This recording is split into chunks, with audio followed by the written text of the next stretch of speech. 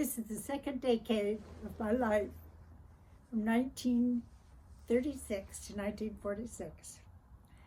I was 10 years old in the 5th grade at Park Hill School. As I look back at some of the memories I cherish, I would like to share them with you. First of all, Halloween was a big thing when I was growing up. My dad used to take us throughout the neighborhood for handouts, as we called them.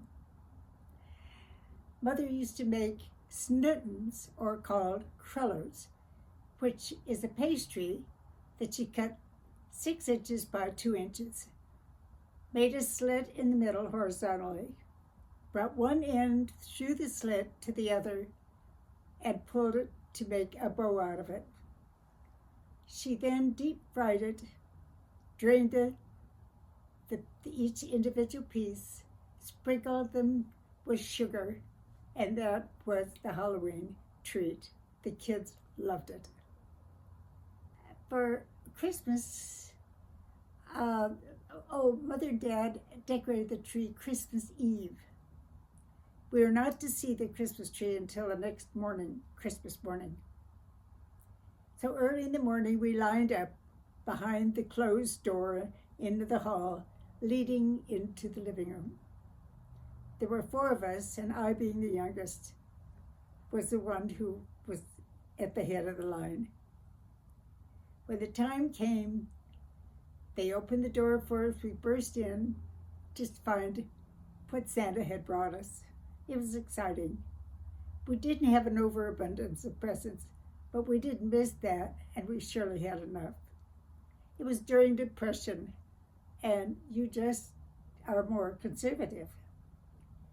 Then we had a big dinner after that, following after that, Christmas dinner when the grandparents would come.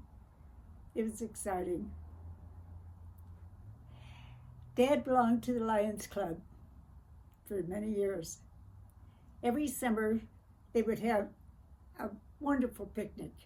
We would have free rides on anything we wanted. And then they served the most wonderful picnic. Just didn't miss a thing. It was complete with everything. Right after that, we were led to a field where we had games and prizes. It was thrilling. It's wonderful. I'll never forget it. A friend of mine, Char Davis, invited us to a showing. Her father was the owner of Mayon Theater. And without telling us about the movie, we were surprised. He led us into a small studio, all by ourselves. There were about 10 of us. We saw The Wizard of Oz, not even having been shown in Denver before. It was a special, special treat. We loved it. When Mother needed groceries, all she had to do is pick up the receiver, dial a few numbers, and I remember her ordering groceries. She would say, "I would like a loaf of bread and some cheese and a nice head of lettuce." Surely they delivered it free. Those were the days. In case we needed a doctor for somebody in the family who was sick, she'd do the same thing. She would call, and the doctor would come to her house. Imagine that. It was exciting. Sometimes when we visited Grandmother Simmerly, who lived near East High School and on Colfax and near the Bluebird Theater, we as a family would be driving home and past the Bluebird Theater. We would hold our breath, hoping that Daddy might stop and take us to the movie. Nobody'd ever ask. We just held our breath. If Dad found a parking place, there was a possibility they would go. If not, no chance. If Mother was driving, she would have found a parking place right in front. She was lucky. As a matter of fact, when we'd be walking, she could just stoop over and find a 4-leaf clover without even looking for it. We could look for hours. Couldn't find one. I guess that was her lucky streak. Also, another thing we used to love to do is walk to Colfax, half a mile. for a triple decored ice cream cone. Oh, that was so good.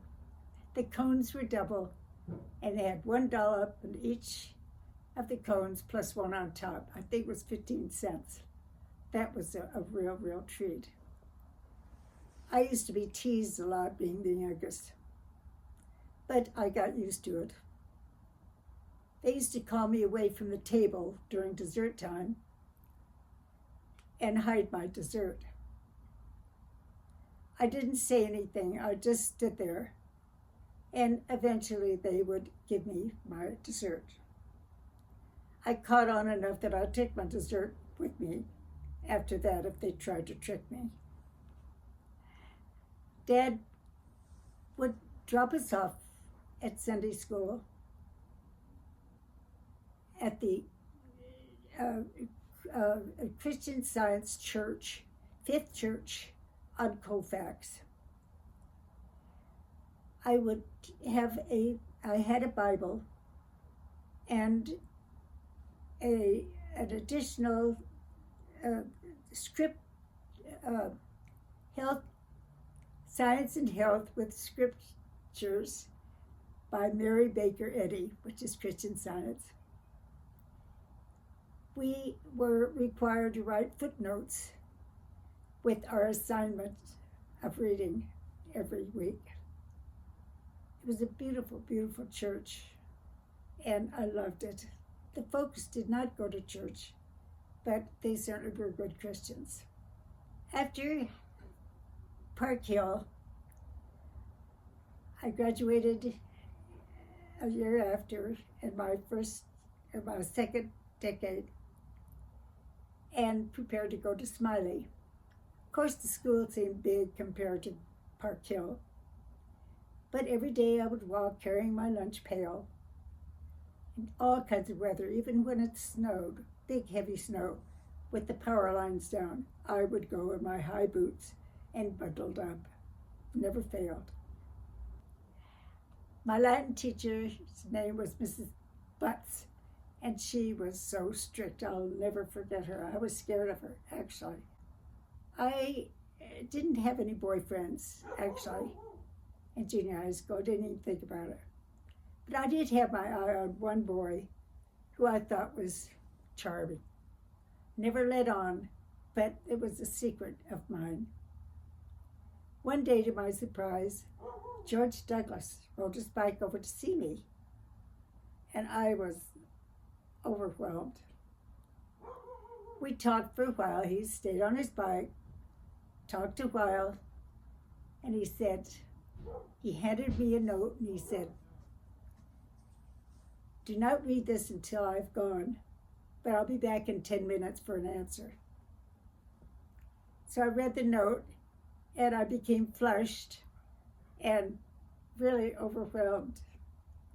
The note said, "May I kiss you before I go?" And I thought, oh my goodness. He returned shortly after that, and I looked at him, and I just shook my head. That was the end of that. But at least I had a clear conscience, but I didn't have a boyfriend after that. My brother Webby was interested in falconry. He picked up the hobby early in junior high school, and he carried on with this hobby throughout his entire life, having written a couple of books on falconry. He camped at the Museum of Natural History, which is in City Park, because Dr. Falkenberg took a liking to Webby, and Webby was enthralled with the idea of owning a falcon or hawk. Webby set a perch in the garage, in our single-car garage, for his bird and birds eventually. A sparrow hawk was the first bird he ever had. He would slide a leather hood over the head of the bird to keep him from being frightened and keep him calm or hurt. In East High School, when he was in the 12th grade, uh, it was Red and White Day. And he dressed up as an Arab. And he was the focus of attention because he brought, on his gloved hand, he brought a young eagle. And they were so excited. But he had hawks and falcons ever since. As a matter of fact, the Air Force Academy had named their mascot a falcon, but it was really a hawk. So Webby drew their attention to that. So he became friends with the Air Force Academy also and involved. So he was inundated with that, and it was fun to see him. You go way, way out in the field away from the city, which is where we live right now. And he would fly his birds. He would release the bird from his left hand and allow it to fly, and it would come back for some raw meat that he was holding. It was quite an art. So it was in December 6, 1941, when there was the bombing of Pearl Harbor. Right after that, my father was called into service. He was in the reserve service. So he was sent to Tucson, Arizona, at Davis Monthan Field in the Quartermaster Corps. I was finishing up my last year of junior high school, and that was nice to have finished before having to leave Denver. We traded homes with another family who owned a house in Tucson, so that worked out pretty well. So in Tucson, we became acquainted, was very, very friendly. I just loved it. Everybody was so nice to me. There was a north side pool that we'd meet and swim and have fun. I was invited into a group of girls of 8 to a club called ILO, and we were good friends from then on. It was a wonderful experience. I loved Tucson. Right after my first year of high school, my father was transferred to Wendover Field, Utah. Therefore, that meant that we were to go back to Denver, where I was expected to attend East High School for the following September. I was very, very unhappy about it. I loved Tucson. I wanted to stay, but there's no way. So that summer was nice. I met a lot of young people, but it wasn't the same as being in Tucson. I felt like I was starting over again. Well, school started, and East High School seemed way too big. I knew a lot of friends there, but I still didn't feel the same. I really longed for my friends in Tucson. But only 2 weeks after that, my father was transferred again from Wendover Field, Utah, back to Tucson again. What a lucky streak. So we returned to Tucson, rented a bigger home, and we were all set. I was so happy. So I was able to continue school there. Tucson was wonderful, and we used to have a lot of sock hops and private parties. There's something going on all the time. So I was able to finish high school there in Tucson, for which I was very, very happy.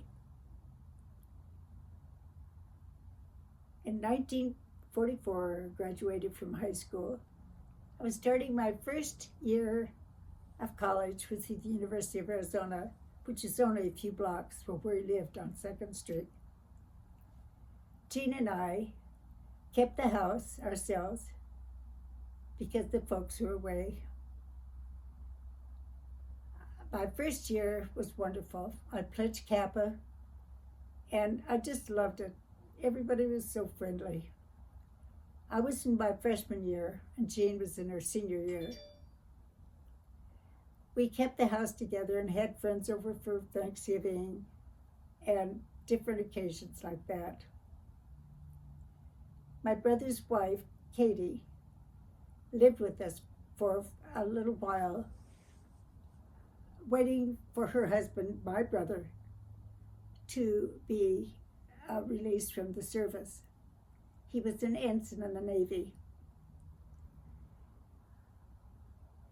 After my first semester of college in my freshman year, Dad was again transferred to Los Angeles.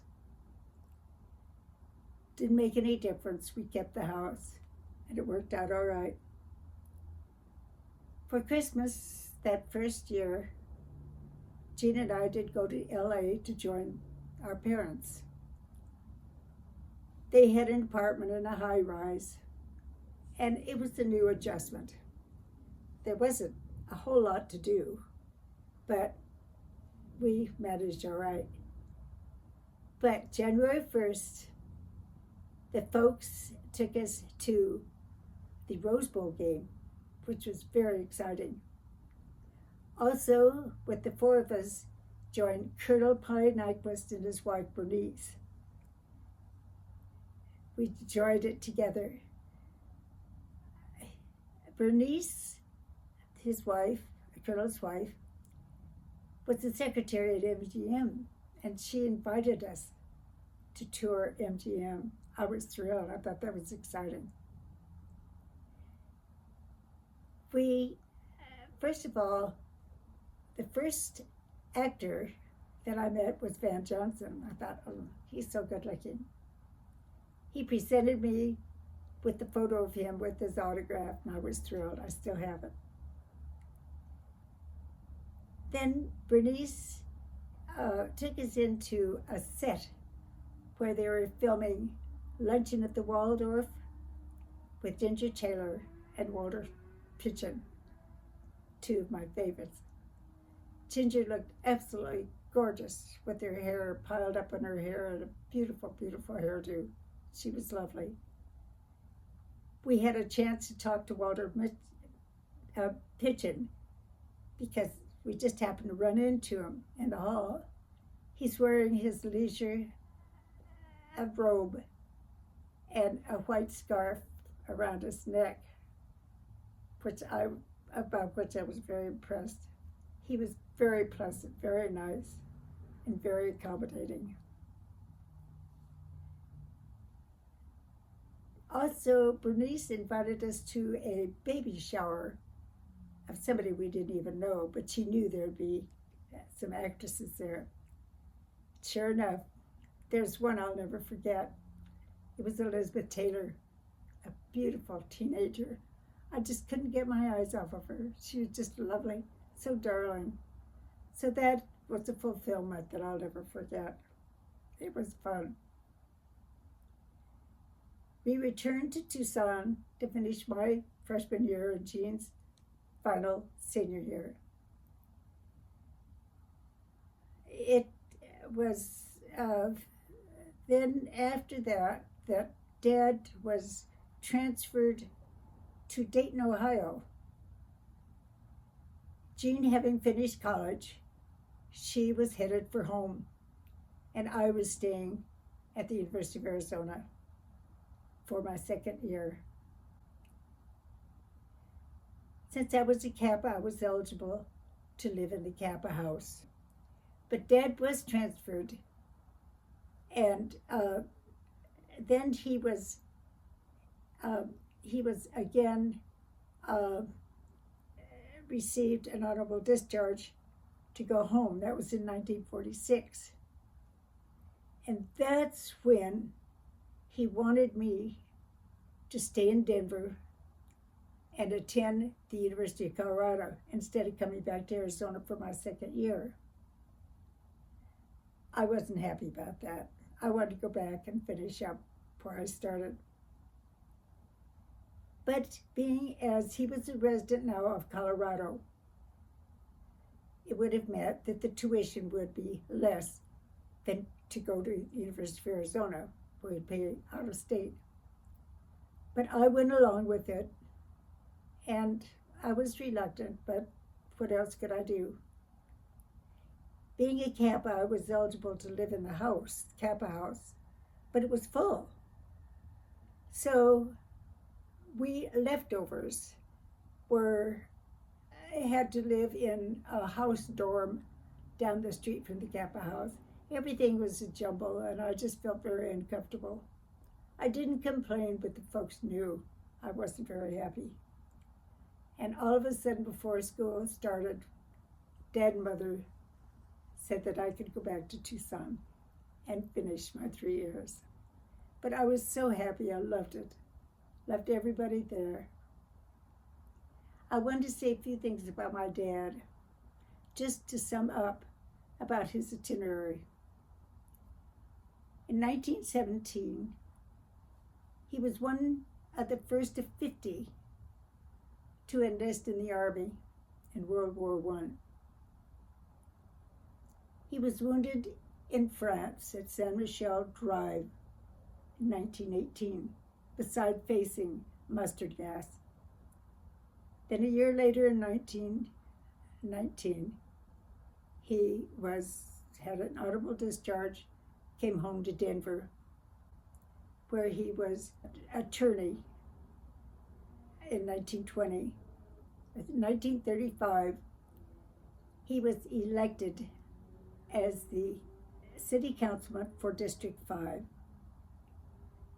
Then again, 4 years later, he was elected again in the same position. In 1941, he was called into service, like I mentioned, and served 5 years in the Air Force, having another honorable discharge for World War II. He remained in Denver, and he became district judge, as well as establishing a partnership with Clyde Barker. They had a law office in the Title Guarantee building, which is right across from the Orpheum Theater downtown. But that's about it. It's a long story, a little confusing, but fun.